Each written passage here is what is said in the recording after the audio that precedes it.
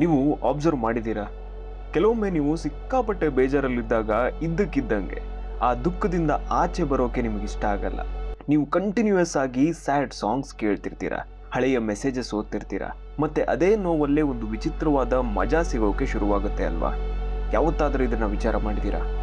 ಆ ಮೂಮೆಂಟಲ್ಲಿ ನೀವು ನಿಜವಾಗ್ಲೂ ಸರಿ ಹೋಗ್ಬೇಕು ಅಂತ ಅನ್ಕೊಂಡಿದ್ರೆ ಯಾವುದಾದ್ರೂ ಕಾಮಿಡಿ ಸಿನಿಮಾ ನೋಡ್ತಿದ್ರಿ, ಆದರೆ ನೀವು ನೋಡಲ್ಲ. ಯಾಕೆ ಹೇಳಿ? ಯಾಕಂದ್ರೆ ನಿಮ್ಮೊಳಗೆ ಒಂದು ಅಸ್ತಿತ್ವ, ಎಂಟಿಟಿ ಇದೆ, ಒಂದು ಡಾರ್ಕ್ ಎನರ್ಜಿ ಬದುಕಿದೆ. ಅದು ನಿಮ್ಮ ದುಃಖವನ್ನೇ ತಿಂದು ಬದುಕ್ತಾ ಇದೆ. ಅದಕ್ಕೆ ಜೀವಂತವಾಗಿರಲು ನಿಮ್ಮ ಅಳು, ನಿಮ್ಮ ಕೋಪ ಮತ್ತೆ ನಿಮ್ಮ ನೆಗೆಟಿವಿಟಿ ಬೇಕೇ ಬೇಕು.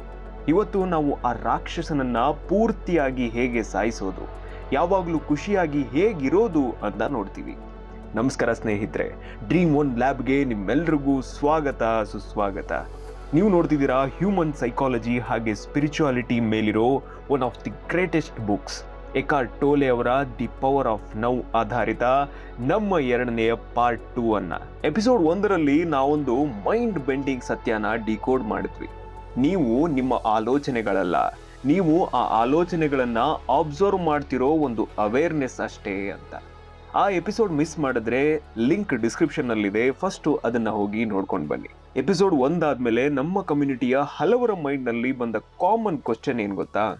ನಾನು ನನ್ನ ಥಾಟ್ಸ್ ಅಲ್ಲ ಅಂದ್ರೆ, ಮತ್ತೆ ನನ್ನ ನೆಗೆಟಿವಿಟಿನ ನಾನು ನೋಡಬಲ್ಲೆ ಅಂತ ಅಂದ್ರೆ, ನಾನು ಮತ್ತೆ ಮತ್ತೆ ಅದೇ ನೆಗೆಟಿವ್ ಲೂಪಲ್ಲಿ ಯಾಕೆ ಸಿಕ್ಕಿ ಹಾಕಿಕೊಳ್ತಿದ್ದೀನಿ? ಹಿಂದೆ ನಡೆದಿರೋ ಕೆಟ್ಟ ಘಟನೆಗಳನ್ನ ನಾನೇಕೆ ಗಟ್ಟಿಯಾಗಿ ಹಿಡ್ಕೊಂಡು ಕೂತಿದ್ದೀನಿ? ಈ ನೋವಿಗೆ ಊಟ ಕೊಡ್ತಿರೋರು ಯಾರು? ಅದಕ್ಕೆ ಆನ್ಸರ್ ಎಕಾರ್ಟ್ ಟೋಲೆ ಚಾಪ್ಟರ್ 2 ನಲ್ಲಿ ಕೊಡ್ತಾರೆ. ನಿಮ್ಮ ಲೈಫ್, ನಿಮ್ಮ ರಿಲೇಶನ್ಶಿಪ್ಸ್ ಹಾಗೆ ನಿಮ್ಮ ಕೋಪನ ನೋಡೋ ಪರ್ಸ್ಪೆಕ್ಟಿವ್ ಅನ್ನೇ ಕಂಪ್ಲೀಟ್ ಆಗಿ ಚೇಂಜ್ ಮಾಡೋ ಕಾನ್ಸೆಪ್ಟ್ ಇದು. ಇದರ ಹೆಸರೇ ದಿ ಪೇನ್ ಬಾಡಿ, ನೋವಿನ ಶರೀರ. ನಿಮ್ಮ ಮೆಂಟಲ್ ಫ್ರೀಡಮ್ಗಾಗಿ ಈ ಸೈಕಾಲಜಿಕಲ್ ರಿಯಾಲಿಟಿನ ಅರ್ಥ ಮಾಡ್ಕೊಳ್ಳೋದು ತುಂಬಾನೇ ಇಂಪಾರ್ಟೆಂಟ್. ಬನ್ನಿ ಡೀಪ್ ಆಗಿ ಆಳಕ್ಕಿಳಿಯೋಣ. ನಿಮ್ಮ ಲೈಫ್ನಲ್ಲಿ ಯಾವುದೇ ಎಮೋಷನಲ್ ಪೇನ್ ಆದಾಗ, ಅದು ಚಿಕ್ಕ ವಯಸ್ಸಿನಲ್ಲಿ ತಿಂದ ಬೈಗಳು ಆಗಿರ್ಬೋದು, ಫ್ರೆಂಡ್ಸ್ ಮಾಡಿರೋ ಮೋಸ ಆಗಿರ್ಬೋದು, ಬ್ರೇಕಪ್ ಅಥವಾ ಫೇಲ್ಯೂರ್ ಆಗಿರ್ಬೋದು, ಆ ನೋವನ್ನ ನೀವು ಕಂಪ್ಲೀಟ್ ಆಗಿ ಪ್ರಾಸೆಸ್ ಮಾಡೋಕೆ ಆಗದೆ ಇದ್ದಾಗ, ಆ ನೋವು ಹಾಗೆ ಗಾಳಿಯಲ್ಲಿ ಮ್ಯಾಜಿಕ್ ತರ ಮಾಯ ಆಗಲ್ಲ. ಅದು ನಿಮ್ಮೊಳಗೆ ಸ್ಟೋರ್ ಆಗ್ತಾ ಬರುತ್ತೆ. ನೀವು ಎಕ್ಸೆಪ್ಟ್ ಮಾಡದ ಪ್ರತಿಯೊಂದು ದುಃಖವು ಒಂದು ಇನ್ವಿಸಿಬಲ್ ನೆಗೆಟಿವ್ ಎನರ್ಜಿ ಆಗಿ ಕನ್ವರ್ಟ್ ಆಗ್ತಾ ಬರುತ್ತೆ ಅಂತ ನಾನು ಹೇಳ್ತಿಲ್ಲ, ಈ ಪುಸ್ತಕದ ಆಥರ್ ಹೇಳ್ತಿರೋದು. ಈ ಎಲ್ಲ ಹಳೆಯ ಅಕ್ಯುಮುಲೇಟಿವ್ ಪೇನ್ ಅಂದ್ರೆ ಒಂದೊಂದೇ ಪೇನ್ಗಳು ಸೇರಿ ನಿಮ್ಮ ಮೈಂಡ್ ಮತ್ತೆ ಬಾಡಿ ಒಳಗೆ ಒಂದು ಸಪರೇಟ್ ಎನರ್ಜಿ ಫೀಲ್ಡ್ ಕ್ರಿಯೇಟ್ ಮಾಡಿರುತ್ತೆ. ಅದನ್ನೇ ಟೋಲೆ ಪೇನ್ ಬಾಡಿ ಅಂತ ಕರೆಯೋದು. ಈಗ ಕೇರ್ಫುಲ್ ಆಗಿ ಕೇಳಿ, ಯಾಕಂದ್ರೆ ಇದು ಸ್ವಲ್ಪ ಭಯ ಅನ್ನಿಸ್ಬೋದು. ಈ ಪೇನ್ ಬಾಡಿ ಒಂದು ಕೆಟ್ಟ ಹುಳು, ಪ್ಯಾರಾಸೈಟ್ ಇದ್ದಂಗೆ. ಇದಕ್ಕೂ ಸರ್ವೈವ್ ಆಗೋ ಹಠ ಇರುತ್ತೆ. ಪ್ರಪಂಚದ ಪ್ರತಿಯೊಂದು ಜೀವಿಯಂತೆ ಇದಕ್ಕೂ ಬದುಕೋಕೆ ಫುಡ್ ಬೇಕು, ಊಟ ಬೇಕು. ಆದರೆ ಇದರ ಫುಡ್ ಏನು ಗೊತ್ತಾ? ನೆಗೆಟಿವಿಟಿ. ಪೇನ್ ಬಾಡಿಗೆ ಪಾಸಿಟಿವಿಟಿ, ಹ್ಯಾಪಿನೆಸ್ ಹಾಗೆ ನೆಮ್ಮದಿಯನ್ನು ಡೈಜೆಸ್ಟ್ ಮಾಡ್ಕೊಳ್ಳೋಕ್ಕಾಗಲ್ಲ. ಅದಕ್ಕೆ ಅದು ಬದುಕೋಕೆ ಡ್ರಾಮಾ ಬೇಕು, ಸಿಟ್ಟು ಬೇಕು, ಅಳು ಬೇಕು, ಆಂಗ್ಸೈಟಿ ಬೇಕು. ಅದಕ್ಕೆ ಪೇನ್ ಬಾಡಿಗೆ ಹಸಿವಾದಾಗ ಅದು ನಿಮ್ಮ ಮೈಂಡ್ನ ಕಂಟ್ರೋಲನ್ನು ತನ್ನ ಕೈಗೆ ತಗೊಳ್ಳುತ್ತೆ. ನೀವು ಹೇಳೋಕೆ ಇಷ್ಟಪಡದ ಮಾತುಗಳನ್ನು ನಿಮ್ಮ ಬಾಯಲ್ಲಿ ಆಡಿಸುತ್ತೆ. ಯಾವುದೇ ಲಾಜಿಕ್ ಇಲ್ಲದ ಓವರ್ ಥಿಂಕಿಂಗ್ ನಿಮ್ಮ ಕೈಲಿ ಮಾಡಿಸುತ್ತೆ. ಹಳೆಯ ದುಃಖಕ್ಕೆ ಟೈಮ್ ಮತ್ತೆ ಅಟೆನ್ಷನ್ ಸಿಗೋವರೆಗೂ ಅದು ನಿಮ್ಮೊಳಗೆ ಜೀವಂತವಾಗಿರುತ್ತೆ. ಈ ಪೇನ್ ಬಾಡಿ ನಿಮ್ಮ ಮೈಂಡನ್ನು ಹೈಜಾಕ್ ಮಾಡಿದಾಗ ನೀವು ರಿಯಾಲಿಟಿನ ನೋಡ್ತಿರಲ್ಲ. ಆವಾಗ ನೀವು ಪ್ರಪಂಚವನ್ನು ನಿಮ್ಮ ಹಳೆಯ ನೋವಿನ ಲೆನ್ಸಿಂದ ನೋಡ್ತಾ ಇರ್ತೀರ. ಅದಕ್ಕಾಗಿಯೇ ಯಾವುದಾದ್ರೂ ಸಣ್ಣ ಮಾತಂದ್ರೂ ಅವರು ನಿಮ್ಮ ಮೇಲೆ ಅಟ್ಯಾಕ್ ಮಾಡ್ತಿದ್ದಾರೆ ಅಂತ ನಿಮಗೆ ಫೀಲ್ ಆಗೋದು. ಈಗ ಈ ಗೇಮಲ್ಲಿ ಇನ್ನೊಬ್ಬ ವಿಲನ್ ಇದ್ದಾರೆ, ಅದೇ ನಿಮ್ಮ ಈಗೋ. ಈಗೋದ ಒಂದು ಸಿಂಪಲ್ ರೂಲ್ ಏನಂದ್ರೆ, ಅದು ತನ್ನ ಐಡೆಂಟಿಟಿನ ಉಳಿಸ್ಕೋಬೇಕು. ಅದೇನ್ ಮಾಡುತ್ತೆ ಅಂದ್ರೆ, ನಾವು ನಮ್ಮನ್ನ ಒಬ್ಬ ಪಾಪದವನು ಅಂತ ಅನ್ಕೊಂಡಾಗ ಒಂದು ಸ್ಟ್ರಾಂಗ್ ಐಡೆಂಟಿಟಿ ಕ್ಯಾರೆಕ್ಟರ್ ಅನ್ನ ಕ್ರಿಯೇಟ್ ಮಾಡುತ್ತೆ.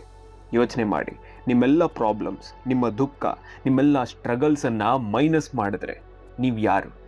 ಯೋಚನೆ ಮಾಡಿ. ನಮ್ಮ ಪ್ರಾಬ್ಲಮ್ಸೇ ನಮ್ಮ ಐಡೆಂಟಿಟಿನ ಸೃಷ್ಟಿ ಮಾಡ್ತಿವೆ. ನಾನು ದುಡ್ಡಿಲ್ದವನು, ನಾನು ಪ್ರೀತಿಯಲ್ಲಿ ಮೋಸ ಹೋದವನು, ನನ್ನ ಯಾರು ಇಷ್ಟಪಡಲ್ಲ, ನಾನು ಸೋತ್ ಹೋದವನು ಅಂತೆಲ್ಲ ಕ್ರಿಯೇಟ್ ಆಗಿ ಅದೇ ನೀವು, ಇದೇ ಸತ್ಯ ಅಂತ ನಂಬ್ಕೊಂಡ್ಬಿಟ್ಟಿದ್ದೀವಿ. ಈಗೋ ಈ ಐಡೆಂಟಿಟಿಗೆ ಅಂಟಿಕೊಳ್ಳುತ್ತೆ. ಈಗೋ ನಿಮ್ಮ ಕಷ್ಟ ಮತ್ತು ನೋವುಗಳಿಂದ ಎನರ್ಜಿ ತಗೊಳ್ಳುತ್ತೆ. ಅದಕ್ಕೇನೆ ನೆಗೆಟಿವ್ ಎಮೋಷನ್ಸನ್ನು ಬಿಟ್ಟುಬಿಡೋದು ನಮಗೆ ಸಿಕ್ಕಾಪಟ್ಟೆ ಕಷ್ಟ ಅನಿಸೋದು. ಯಾಕಂದರೆ ನೆಗೆಟಿವಿಟಿನ ಬಿಡೋದು ಅಂದರೆ ನಮ್ಮ ಆ ಹಳೆಯ ನಾನು ಕೊಂದು ಹಾಕ್ದಂಗೆ. ಇದರಿಂದ ಏನಾಗುತ್ತೆ ಗೊತ್ತಾ? ಈಗೋ ಸಾಯೋಕೆ ಭಯ ಪಡುತ್ತೆ. ಟೋಲೆ ಬಹಳ ಬ್ಯೂಟಿಫುಲ್ ಆಗಿ ಬರೀತಾರೆ. ನೀವು ನನ್ನ ಪ್ರಾಬ್ಲಮ್ ಅಂತ ಕರೆಯೋ ಎಷ್ಟೋ ವಿಷಯಗಳು ಅಸಲಿಗೆ ನಿಮ್ಮ ಪ್ರಾಬ್ಲಮ್ಗಳು ಅಲ್ವೇ ಅಲ್ಲ. ಅವು ನಿಮ್ಮೊಳಗೆ ಹಳೆಯ ನೋವಿನ ಎನರ್ಜಿ ಅಷ್ಟೇ. ಡ್ರೀಮ್ ಆನ್ ಲ್ಯಾಬ್ನ ಫಿಲಾಸಫಿ ಏನಂದ್ರೆ, ರಿಯಲ್ ಸ್ಟೋರಿ ಇಲ್ಲದೆ ಯಾವ ಕಾನ್ಸೆಪ್ಟ್ ಕೂಡ ತಲೆಗೆ ಹೋಗಲ್ಲ. ಅದಕ್ಕೆ ಒಂದು ರಿಯಲ್ ವರ್ಲ್ಡ್ ಸಿನಾರಿಯೋ ಬಗ್ಗೆ ಮಾತಾಡೋಣ. ಅವಾಗ ನಿಮ್ಮ ಜೀವನಕ್ಕೆ ಅದನ್ನ ರಿಲೇಟ್ ಮಾಡ್ಕೊಳ್ಳೋಕೆ ಸರಳ ಆಗುತ್ತೆ. ಸ್ನೇಹ ತನ್ನ ಪಾರ್ಟ್ನರ್ ರಾಹುಲ್ ಜೊತೆ ರಾತ್ರಿ ಊಟಕ್ಕೆ ಹೋಗಿದ್ಲು. ಎಲ್ಲವೂ ಪರ್ಫೆಕ್ಟ್ ಆಗಿತ್ತು. ಊಟವನ್ನ ಆರ್ಡರ್ ಮಾಡೋಕೆ ಸ್ನೇಹ ಒಂದು ಚೂರು ಲೇಟ್ ಮಾಡಿದ್ಲು. ಆವಾಗ ರಾಹುಲ್ ತಮಾಷೆಗಾಗಿ, ನೀನು ಡಿಸಿಷನ್ ತಗೊಳ್ಳೋಕೆ ಯಾವಾಗ್ಲೂ ಇಷ್ಟೊಂದು ಟೈಮ್ ಯಾಕೆ ತಗೊಳ್ತೀಯಾ ಅಂತ ಅಂತಾನೆ. ಇದೊಂದು ಸಿಂಪಲ್ ಜೋಕ್ ಆಗಿತ್ತು. ಆದ್ರೆ ಇದ್ದಕ್ಕಿದ್ದಂಗೆ ಸ್ನೇಹನ ಒಳಗೆ ಒಂದು ವಾಲ್ಕೆನೋ ಬ್ಲಾಸ್ಟ್ ಆಗತ್ತೆ. ನೀನು ಮನೆಯಿಂದ ಹೊರಡುವಾಗ ಲೇಟ್ ಮಾಡಿದ್ದಕ್ಕೆ ನಾನು ಹೀಗೆ ಅಂದ, ಯಾವಾಗ್ಲೂ ನಂದೇ ತಪ್ಪಿರುತ್ತೆ ಅಂತ ಅವಳು ಸಿಕ್ಕಾಪಟ್ಟೆ ರಿಯಾಕ್ಟ್ ಮಾಡಿದ್ಲು, ಕಿರ್ಚಾಡಿದ್ಲು, ಇಡೀ ಡಿನ್ನರ್ ಮೂಡ್ ಹಾಳು ಮಾಡಿದ್ಲು. ಮತ್ತೆ ನೆಕ್ಸ್ಟ್ 3 ದಿನ ರಾಹುಲ್ ಜೊತೆ ಮಾತಾಡಲೇ ಇಲ್ಲ. ಈಗ ಇಲ್ಲಿ ಏನಾಯ್ತು? ನಿಜಕ್ಕೂ ರಾಹುಲ್ನ ಜೋಕು ಅಷ್ಟೊಂದು ದೊಡ್ಡದಾಗಿತ್ತ? ಡೆಫಿನೆಟ್ಲಿ ಇಲ್ಲ. ಅಲ್ಲಿ ಸ್ನೇಹ ರಿಯಾಕ್ಟ್ ಮಾಡ್ತಿರ್ಲಿಲ್ಲ, ಸ್ನೇಹಾಳ ಒಳಗಿದ್ದ ಪೇನ್ ಬಾಡಿ ರಿಯಾಕ್ಟ್ ಮಾಡ್ತಾ ಇತ್ತು. ಚಿಕ್ಕ ವಯಸ್ಸಿನಲ್ಲಿ ಸ್ನೇಹಾಳ ಪೇರೆಂಟ್ಸ್ ಯಾವಾಗಲೂ ಅವಳ ಡಿಸಿಷನ್ಸ್ ಅನ್ನ ಬೈದಿದ್ರು, ತಮಾಷೆ ಮಾಡಿದ್ರು. ತಾನು ಯಾವುದಕ್ಕೂ ಕರೆಕ್ಟ್ ಅಲ್ಲ ಅಂತ ಅವಳಿಗೆ ಯಾವಾಗಲೂ ಫೀಲ್ ಆಗ್ತಿತ್ತು. ಆ ಪೇನ್ ಬಾಡಿ ಅವಳೊಳಗೆ ಸ್ಟೋರ್ ಆಗ್ತಾ ಆಗ್ತಾ ಬಂದಿತ್ತು. ರಾಹುಲ್ನ ಸಣ್ಣ ಜೋಕಿಗೆ ಆ ಪೇನ್ ಬಾಡಿಯನ್ನ ಟ್ರಿಗರ್ ಮಾಡ್ತು. ಮತ್ತೆ ಪೇನ್ ಬಾಡಿ ಎಚ್ಚರಗೊಂಡು ಸ್ನೇಹಾಳ ಇಡೀ ಸಿಸ್ಟಮ್ ಅನ್ನ ಹೈಜಾಕ್ ಮಾಡ್ತು.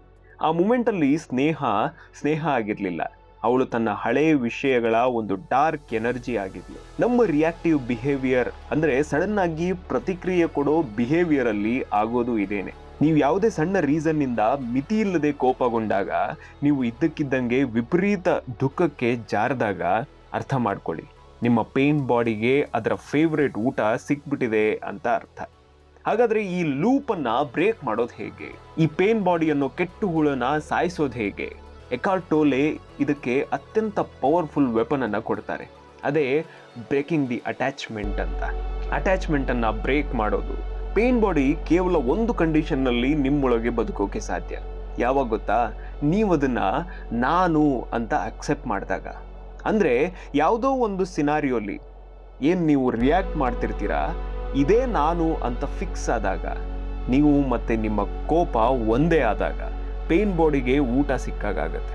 ಆದರೆ ಯಾವಾಗ ನೀವು ಆ ಕೋಪನ, ಆ ನೋವನ್ನು ಒಂದು ಸ್ಟೆಪ್ ಹಿಂದಕ್ಕೆ ಹೋಗಿ, ನಾನು ಇದರಿಂದ ಹೊರಗೆ ಬರ್ತೀನಿ, ಇದು ಜಸ್ಟ್ ಈ ಕ್ಷಣಕ್ಕಾಗಿದ್ದು ಅಷ್ಟೇ, ಎಲ್ಲ ಸರಿ ಮಾಡ್ತೀನಿ ಅಂತ ಪಾಸಿಟಿವ್ ಆಗಿ ರಿಯಾಕ್ಟ್ ಮಾಡೋಕೆ ಶುರು ಮಾಡ್ತಿರೋ, ಆಗ ಆ ಹುಳು ಹಸಿವಿನಿಂದ ಸಾಯೋಕೆ ಶುರು ಮಾಡುತ್ತೆ. ನಿಮ್ಮ ರಿಯಾಕ್ಷನ್ ಅನ್ನ ಕಂಟ್ರೋಲಲ್ಲಿ ಇಟ್ಕೊಳ್ಳೋದೇ ನಿಮ್ಮ ಫ್ರೀಡಮ್ನ, ನಿಮ್ಮ ಗ್ರೋತ್ನ ಫಸ್ಟ್ ಸ್ಟೆಪ್. ನೆನ್ಪಿಟ್ಕೊಳ್ಳಿ. ನೆಕ್ಸ್ಟ್ ಟೈಮ್ ನಿಮಗೆ ಸಿಟ್ಟು ಬಂದಾಗ ಅಥವಾ ಯಾವುದೇ ರೀಸನ್ ಇಲ್ಲದೆ ಇದ್ದಕ್ಕಿದ್ದಂಗೆ ಅಳಬೇಕು ಅನ್ನಿಸ್ದಾಗ ಆ ಫೀಲಿಂಗನ್ನು ಸಪ್ರೆಸ್ ಮಾಡಬೇಡಿ. ಹಾಗಂತ ಆ ಫೀಲಿಂಗನ್ನು ಬೇರೆ ಎಲ್ಲ ಕಡೆ ಹೇಳ್ಕೊಂಡು ಹೋಗಬೇಡಿ. ಮತ್ತೆ ಏನು ಮಾಡಬೇಕು ಅರ್ಥ ಆಗ್ತಿಲ್ವಲ್ಲ ಅಂತ ಕನ್ಫ್ಯೂಸ್ ಆಗಬೇಡಿ. ಗಮನ ಕೊಟ್ಟು ಕೇಳಿ, ಕಣ್ಣು ಮುಚ್ಚಿ, ಹಾಗೆ ಬಾಡಿ ಒಳಗೆ ಆ ಹೆವಿ ನೆಗೆಟಿವ್ ಎನರ್ಜಿಯನ್ನು ಫೀಲ್ ಮಾಡಿ, ಅದನ್ನು ಅನಲೈಸ್ ಮಾಡಿ. ಫೋರ್ಸ್ ಮಾಡಿ ಓಡಿಸೋಕೆ ಹೋಗಬೇಡಿ. ಕೇವಲ ಒಂದು ಟಾರ್ಚ್ ಹಾಕಿ ಅದನ್ನು ನೋಡಿ, ಓಕೆ ನನ್ನ ಪೇನ್ ಬಾಡಿ ಆ್ಯಕ್ಟಿವ್ ಆಗಿದೆ, ನನ್ನ ಎದೆಯಲ್ಲಿ ಈ ನೆಗೆಟಿವ್ ಎನರ್ಜಿನ ನಾನು ಫೀಲ್ ಮಾಡಬಲ್ಲೆ ಅಂತ ಅಂದ್ಕೊಳ್ಳಿ. ಅಂದರೆ ನಿಮಗೆ ಪೇನ್ ಆಗ್ತಿರೋದು, ಬೇಜಾರಾಗ್ತಿರೋದು ನಿಮಗೆ ಫಸ್ಟ್ ಗೊತ್ತಾಗಬೇಕು. ಅದನ್ನು ಕಂಪ್ಲೀಟ್ ಸೈಲೆಂಟ್ ಆಗಿ ಅನುಭವಿಸಿ. ಯಾಕಂದರೆ ಅವೇರ್ನೆಸ್ ಮತ್ತು ಪೇನ್ ಯಾವತ್ತೂ ಒಟ್ಟಿಗೆ ಇರೋಕ್ಕೆ ಚಾನ್ಸೇ ಇಲ್ಲ. ಕತ್ತಲೆ ರೂಮಲ್ಲಿ ಲೈಟ್ ಆನ್ ಆದ ತಕ್ಷಣ ಕತ್ತಲೆ ಹೇಗೆ ಮಾಯ ಆಗುತ್ತೋ ಹಾಗೆಯೇ ನಿಮ್ಮ ಕಾನ್ಷಿಯಸ್ನೆಸ್ನ ಬೆಳಕು ಬಿದ್ದ ತಕ್ಷಣ ಪೇನ್ ಬಾಡಿ ಕರಗೋಕೆ ಶುರುವಾಗುತ್ತೆ. ಈ ಪ್ರಾಸೆಸ್ ಓವರ್ ನೈಟ್ ಆಗಲ್ಲ. ಆದರೆ ಯಾವ ದಿನ ನೀವು ಫಸ್ಟ್ ಟೈಮ್ ನಿಮ್ಮ ಪೇನ್ ಬಾಡಿ ರಿಯಾಕ್ಟ್ ಮಾಡೋ ಮುನ್ನವೇ ಅದನ್ನು ಹಿಡಿತೀರೋ, ಆ ದಿನದಿಂದ ನಿಮ್ಮ ನೋವು, ದುಃಖ 50% ಕಡಿಮೆ ಆಗಿರುತ್ತೆ. ಪೇನ್ ಬಾಡಿಯ ನೋಡೋ ಪವರ್ ಬರೋದು ನಿಮ್ಮ ಪ್ರೆಸೆಂಟ್ ಮೂಮೆಂಟಲ್ಲಿದ್ದಾಗ ಮಾತ್ರ. ಆದರೆ ನಮ್ಮ ಮೈಂಡ್ ಯಾವಾಗಲೂ ಒಂದು ಪಾಸ್ಟಲ್ಲಿರುತ್ತೆ, ಇಲ್ಲ ಫ್ಯೂಚರ್ನಲ್ಲ, ಅಥವಾ ಫ್ಯೂಚರ್ನ ಟೆನ್ಷನ್ನಲ್ಲಿರುತ್ತೆ. ಹಾಗೆ ಮಾಡಬೇಡಿ. ಇಲ್ಲೇ ಹುಟ್ಟೋದು ಮನುಷ್ಯನ ಅತಿ ದೊಡ್ಡ ಇಲ್ಯೂಷನ್, ಲೈಫ್ನ ಅತಿ ದೊಡ್ಡ ಭ್ರಮೆ, ಸಮಯದ ಭ್ರಮೆ, ದ ಇಲ್ಯೂಷನ್ ಆಫ್ ಟೈಮ್.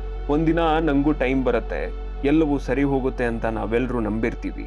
ಆದರೆ ಟೋಲೆ ಹೇಳ್ತಾರೆ, ಟೈಮ್ನ ಈ ಇಲ್ಯೂಷನನ್ನು ಮುರಿದು ಹಾಕದೇ ಇದ್ದರೆ ನೀವು ಯಾವತ್ತೂ ಈ ದುಃಖದ ಲೂಪಿಂದ ಕಂಪ್ಲೀಟ್ ಆಗಿ ಆಚೆ ಬರೋಕ್ಕೆ ಸಾಧ್ಯನೇ ಇಲ್ಲ.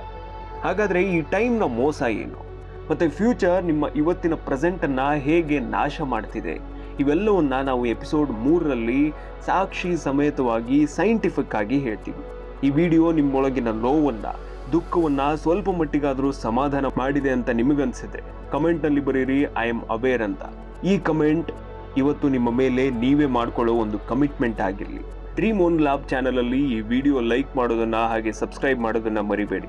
ಇದರಿಂದ ಯಾರು ಸೈಲೆಂಟ್ ಆಗಿ ಓಡಾಡ್ತಿದ್ದಾರೋ ಯೂಟ್ಯೂಬ್ ಅಲ್ಗೋರಿದಮ್ ಈ ನಾಲೆಡ್ಜನ್ನು ಅವರಿಗೆ ತಲುಪಿಸುತ್ತೆ. ನೆನಪಿರಲಿ, ನೀವು ನೋವಲ್ಲ, ನೀವು ಆ ನೋವನ್ನು ನೋಡ್ತಿರೋ ಒಬ್ಬ ಆಬ್ಸರ್ವರ್, ಒಬ್ಬ ವೀಕ್ಷಕ ಅಷ್ಟೇ. Keep watching, keep growing. Episode 3ರಲ್ಲಿ ಸಿಗೋಣ. ನಮಸ್ಕಾರ, ನಾನು ಹೋಗಿ ಬರ್ತೀನಿ. Have a good day.